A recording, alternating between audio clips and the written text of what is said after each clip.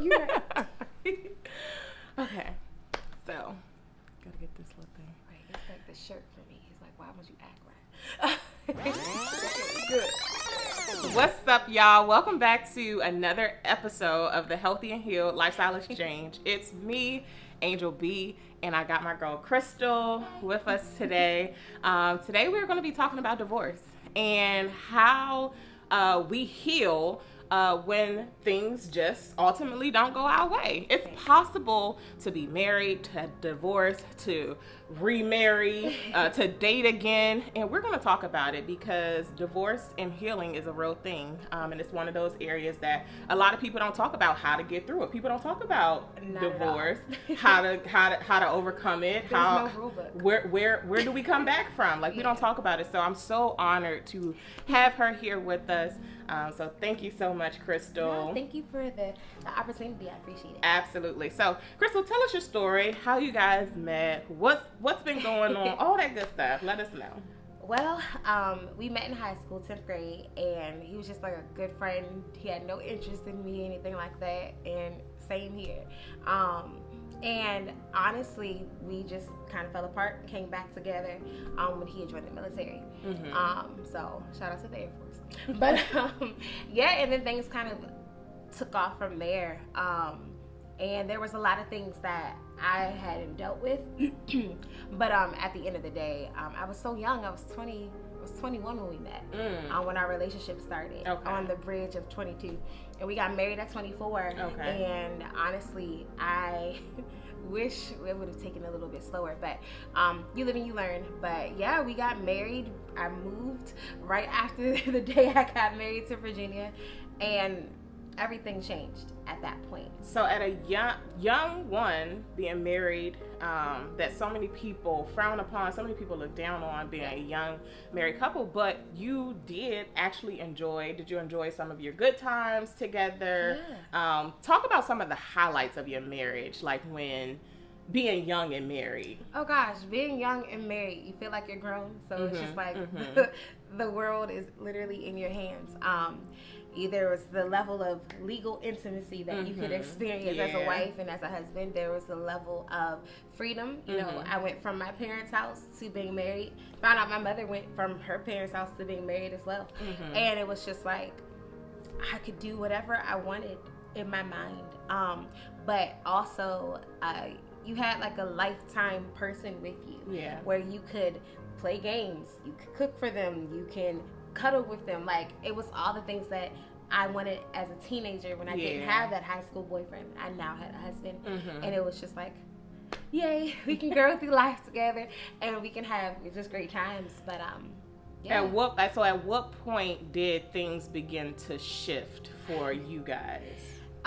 They honestly started to shift prior to marriage. Okay. There was a lot of things going on, from just cheating, talking to other people. And during your relationship? During our relationship, during our courtship. And it was just like, if your intentions were to be with me, only have eyes for me, you know? Understanding we're not blind. We're going to see someone fine. You're going to be like, hey, I see you. Yeah, but at the end of the day, you know who you're going home to, know who you're talking to at the end of the night. But yeah, it started there.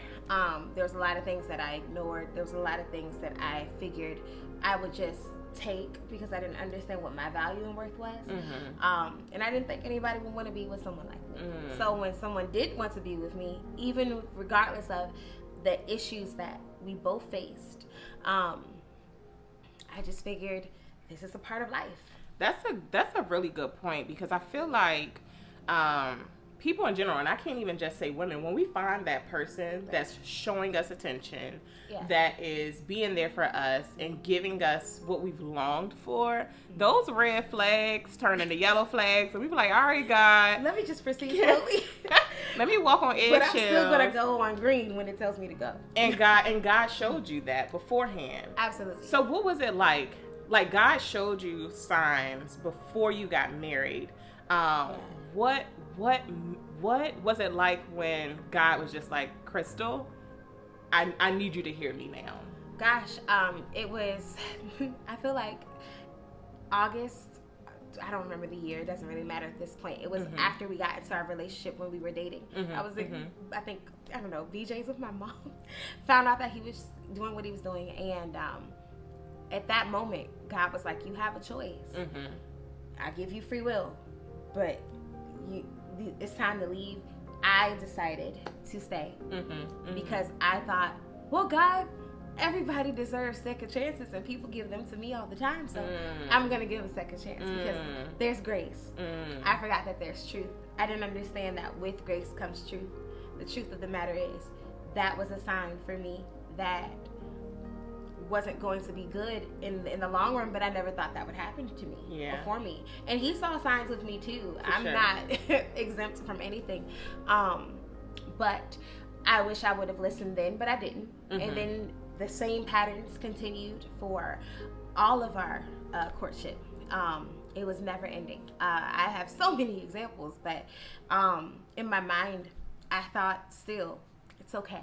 Because he wants to be with me. He keeps saying it, but his actions weren't reflecting that. So when years come along the line, 2017, God had told me, you're getting a divorce. And I was just like, no, I'm not. God, like, stop playing. I had every right biblically to get one. I had wanted one since the day we got married. I didn't want to get married. There was a lot of things that I was fearful of. Now at this moment, I'm about to marry someone that I have doubts about. Will they be faithful to me? They haven't been, but then they have been. But to find out that a lot of lying was happening. And it makes it really hard when God tells you to move and you decide to stay stuck. And I was a lady in waiting for so long. I didn't understand that that's a beautiful place to be in as a believer. Preach. You know, like God gives you your yes and he gives you your no, and those are very solid answers. If God tells you go in the bathroom, you're gonna go. If you tells you no, don't go, don't go. But if he tells you hold on or says nothing, are you going to believe in him enough and have faith in him enough, that crazy faith, that he has your best interest at heart, and you still have some growing to do with that. So during that period of God showing you that you're going to go through that divorce, tell us about that feeling. Like, what was that feeling like? And then in that, tell us what that transition was like when you were like, okay, God, we're going to have to go through this. I'm going to have to sit in this and accept the fact that I have to divorce this man who I loved, who I was with, who was my best friend at one point. Tell us what that feeling was like. Honestly, it was crazy. I was in therapy at the time. I told my therapist and never told anybody else. And she was just like, well, it's time to get those papers signed. And I was like, wait, my whole life is here. And I have a lot of work in me to do. I'm not there yet. There were so many things that happened and didn't happen in my marriage that literally tore me apart. And it was just like, I knew that I had to work on me, but I didn't really know what that looks like. Because people always tell you, make sure you're working on yourself. Make sure your relationship with God is this. Make sure it's with that or whatever. And it's just like, I didn't know what that stuff meant. So I went through a pruning process. There was this lady from my old church who kind of walked alongside me in that moment, in that season. And it helped me be able to break down what was happening in my marriage. It helped me to break down what was going on just in my personal life, my thoughts, the things that I struggled with when I was assaulted at 21, when I dealt with all of those things now instead of then. All of those things played into my future, you know. And I just started really focusing on me, on the gifts that I have, the talents that I wanted to pursue, just digging deeper as a woman of God, what that looked like for me. Can we talk about that? Because I think that's oftentimes something we don't focus on. Can we talk about us being children of God and still going through divorce? Because in the church, you know, that we're taught to stick through your marriage. You know, we're taught to not divorce, to work through it. Go to therapy. Go to therapy. Like, what happens when none of that is working? And how honestly, how was your relationship with God at that moment? It was rocky. I told God, you're crazy. Like, I wanted a divorce for so long. Why would I get it now? Like, I love him and I want to work through it. But then I really thought about it.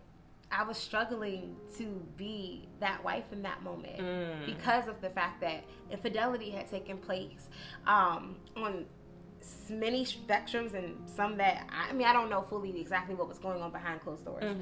But I didn't trust that God had my best interest at heart. Wow. I didn't think that, you know, in that picture where the girl was holding the teddy bear and he has this huge teddy bear, I didn't think he was holding anything for me, because this is the decisions I made. This is what I deserve. You know, for all the things that I did. And maybe this is just my life that I have to live. So I didn't trust God in that moment. But I trusted him enough to work on me and kind of, you know, ignore, I ignored what he said. And when it comes to being divorced and being a child of God, I thought, if I divorce my husband, even though biblically I would be a failure. I would have to go back to my parents and tell them everything. I'd have to go to my family and tell them everything. Ultimately, I had to go to my parents and tell them everything. For sure. I had to go to my family and tell them everything. I laid it all out on the table and said, this is what I've been dealing with for 7 years. Technically a decade almost. And it's just like, I just had to really trust that God was going to cover me. Because when Ish hit the fan, I was homeless, kicked out, was in jail for 2 hours, you know, and some change. It was rough. And who could I trust in that moment? And this was the beginning of 2020. Right before the national pandemic broke out, I was homeless. That's rough. And in that moment, I said, okay, God, I felt bad, because if I just would have listened to him in the beginning, then I wouldn't have dealt with all of the other things. So as a child of God, I had to just trust that he was going to have me, because at that point, I ignored the many signs and the many tall tales of, yes, this is going to happen. Move. You know, I had to deal with it and be forced in that moment. Woo, girl. That's definitely a lot. And even just digesting that, the first thing that comes to mind is forgiveness and healing, right? Because in order for us to even just begin a healing process from such a traumatic experience, you have to be able to forgive people in that moment. And when I'm listening, I'm thinking of forgiving your ex-husband, forgiving God, forgiving yourself. Like, people be like, oh, I gotta forgive God. Like, nah, I would literally be like, you know what, God, please forgive me. But in those moments where I doubted you, where I didn't trust you, you know, where, you know, things of that sort, it's not really forgiving him. It's just really just fully saying, God, I trust you in this moment, right? Let's talk about that for a second. Yeah. How did you even begin, or even feel like you needed to forgive in that moment? I didn't forgive him for a long time. I didn't fully forgive my ex until this year. And all of this started in 2019. The process of we're getting a separation and how things are going. It was dirty, it was ugly, and it was messy. So I didn't know that I had to forgive him. I thought he should be apologizing to me. Like, what do you mean? I was faithful, I was loyal, all the things. And it was just like, what the heck, Lord? Like, this doesn't seem right. But one thing that he taught me was how to forgive. And he, not God, I mean, clearly God taught me how to forgive. But my ex was able to show me in all of the things that happened and transpired what it looked like to forgive and what it looked like to start that journey. If I could thank him for anything, it would be that. And that only, because I did not realize, I didn't know what forgiveness was. I thought it was like something that you do, and once you do it, it's done. But it is a continuous motion of getting on your knees and bowing at the feet of Jesus and saying, Lord, I forgive them again. Just the other day, homeboy pissed me off. And I said some things in the email and it felt good. And I was like, all right. And then right after, I was like, okay, God, I see my wrong in this. I shouldn't have said what I said. Please forgive me for being foolish and dropping down to that level. So that I felt that he was on at that moment. And regardless of what I feel he deserves, I'm not God. And vengeance is his. And I ain't got time for it. Too cute to be out here being vengeful. But it's just like, in that moment, I think it was maybe like January, where I was just like, I need to work on forgiving him. It was probably this spring when I said, I forgive him. But not only did I have to forgive him over and over, I had to forgive her who knew about me. I had to forgive the people who knew what was going on and didn't tell me, making me feeling like I was looking crazy. There were people who left. There was a huge span of people I had to forgive that I thought I just had to forgive him. For sure. And in those moments of the craziness, it taught me how to forgive everybody else and myself for not being obedient to what God told me to do in the first place. You made a really good point, though. I don't know if you sent that email, but part of okay.